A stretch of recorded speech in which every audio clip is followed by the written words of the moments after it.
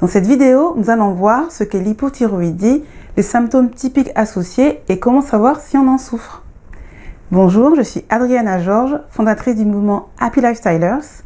J'accompagne les femmes souffrant d'hypothyroïdie ou de thyroïdite d'Hashimoto à rééquilibrer leur thyroïde pour se sentir belle et pleine d'énergie sans produits chimiques. Pour ne manquer aucune vidéo de la chaîne sur cette thématique, pensez à vous abonner en cliquant sur le bouton ici ou là. Et si vous souhaitez rejoindre la communauté des Happy Lifestylers pour en savoir plus, cliquez sur le lien dans la description ou dans les commentaires. Nous avons vu dans de précédentes vidéos où se situe la thyroïde, de quoi elle est constituée, comment elle fonctionne et son utilité pour notre organisme. Aujourd'hui, nous allons voir un dysfonctionnement courant de la thyroïde, l'hypothyroïdie. On parle d'hypothyroïdie quand la thyroïde est au ralenti, quand la thyroïde ne produit pas assez d'hormones thyroïdiennes pour que le corps fonctionne correctement. Je ne sais pas si vous vous en souvenez, la thyroïde produit 5 hormones, T1, T2, T3, T4 et la calcitonine. Les plus connues et les plus importantes sont la T4, hormone inactive, et la T3, hormone biologiquement active. Chaque cellule, chaque tissu ou organe de notre corps a besoin des hormones thyroïdiennes, en particulier l'hormone active, la T3 ou triiodothyronine, pour produire l'énergie nécessaire à leur fonctionnement. On comprend mieux alors pourquoi le fait de ne pas en produire assez affecte notre organisme tout entier. Le rôle principal des hormones sécrétées par la thyroïde est de contrôler le niveau de notre métabolisme. Et le rôle du métabolisme est en gros de produire de la chaleur pour maintenir notre corps au chaud, à la bonne température et surtout de l'énergie pour fonctionner correctement. Quand vous êtes en hypothyroïdie, votre thyroïde ne produit pas assez d'hormones. Du coup, tout votre métabolisme, que ce soit le métabolisme basal ou actif, sera lent, trop lent. Il ne fournira donc pas assez de chaleur ni l'énergie nécessaire à votre corps pour que vous vous sentiez bien. Les effets majeurs de ce manque sont nombreux, comme une chute spectaculaire de votre énergie globale, une diminution de votre rythme cardiaque, de votre pouls, une baisse de votre température corporelle. Et rien que ça peut donner lieu à des symptômes très visibles, désagréables, voire handicapants. Vous pouvez vous sentir fatigué tout le temps, de façon chronique. Certaines personnes même sont tellement épuisées qu'elles ont du mal à se lever le matin, même si elles ont fait une longue nuit de sommeil. Elles peuvent même avoir la désagréable sensation de ne pas avoir assez d'énergie pour mener à bien le minimum vital de la journée. Vous aurez l'impression aussi d'être carrément plus frileuse et de moins supporter les baisses de température, surtout en hiver. À cause de ce satané métabolisme lent, vous observez avec horreur peut-être que vous prenez du poids. Vous avez beau faire attention à ce que vous mangez, vous faites du sport, bref, vous vous efforcez à faire tout ce qu'il faut pour perdre du poids ou au moins ne pas grossir, mais ça ne sert à rien, il faut continuer de grossir. Et en plus de cumuler la fatigue et cette frilosité, cette prise de poids, vous constaterez probablement que vous êtes aussi moins résistante au stress, peut-être plus susceptible, irritable, agitée ou stressée par des événements ou des situations qui d'habitude sont anodines pour vous. C'est parce que votre corps produit souvent plus d'hormones de stress qu'avant. Vu que votre cœur est au ralenti, non seulement votre fréquence cardiaque est plus basse, et cela entraîne une mauvaise circulation sanguine, avec tous les désagréments que ça peut causer, douleurs, courbatures, varices, etc. Bref, vous vous sentez moins vivante. En tout cas, c'est ce que je ressentais à l'époque où ma thyroïde était complètement au ralenti. J'avais l'impression de n'être plus que l'ombre de moi-même.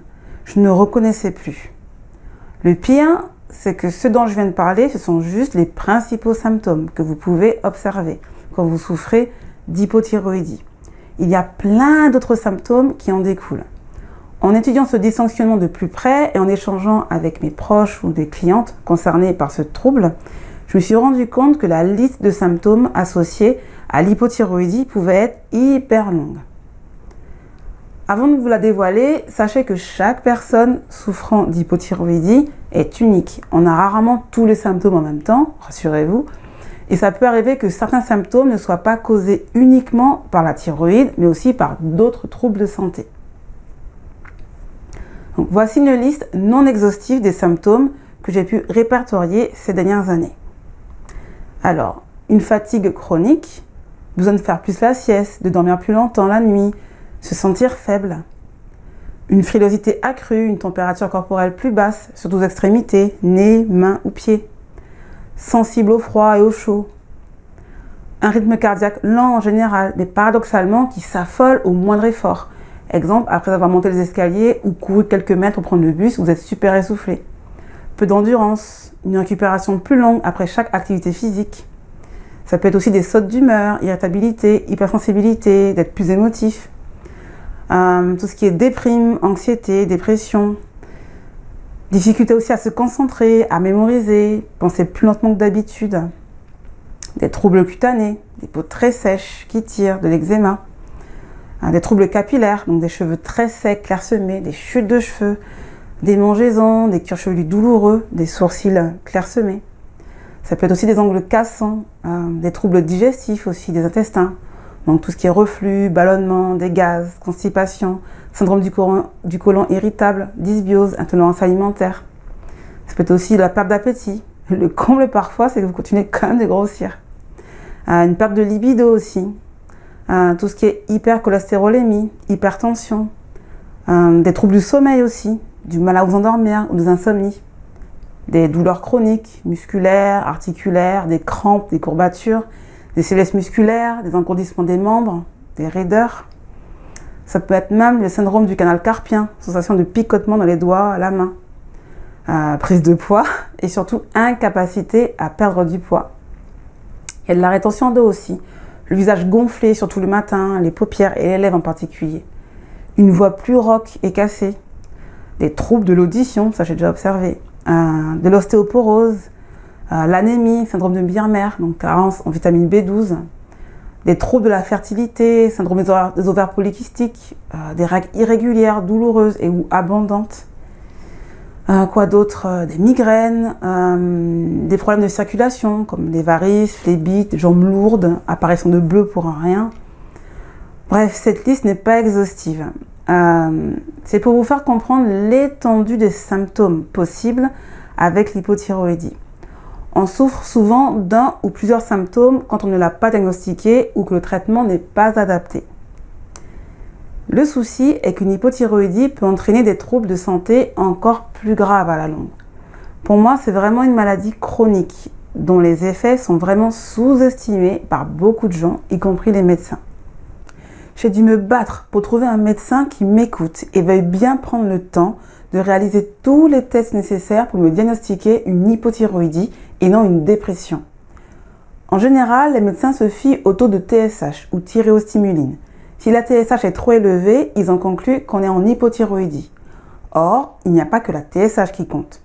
Comme la thyroïde ne produit pas assez d'hormones pour que le corps fonctionne correctement, le plus logique est de mesurer directement le taux de ces hormones, notamment les T4 et T3. Si leurs niveaux sont trop bas, ça peut être aussi un signe d'hypothyroïdie. Et il y a encore d'autres analyses importantes à réaliser pour ne pas passer à côté, pour poser le bon diagnostic et surtout trouver les causes. Ça a été aussi un chemin de croix après pour trouver le traitement adapté et non prendre simplement des médicaments à base de T4 seuls comme le lévothyrox. En tout cas, tant que vous avez des symptômes, c'est que votre thyroïde ne fonctionne pas correctement. Il faut donc chercher les causes pour pouvoir les cibler et régler ce dysfonctionnement à la source. Si vous avez d'autres symptômes que vous pensez être liés à la thyroïde, n'hésitez pas à m'en faire part dans les commentaires.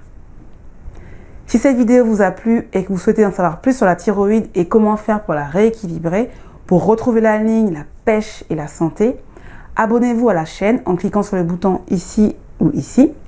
Et surtout, rejoignez la communauté des Happy Lifestylers en cliquant sur le lien dans la description ou en commentaire.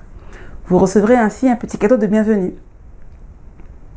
Et n'oubliez pas, la meilleure personne pour prendre soin de votre thyroïde, c'est vous. À bientôt.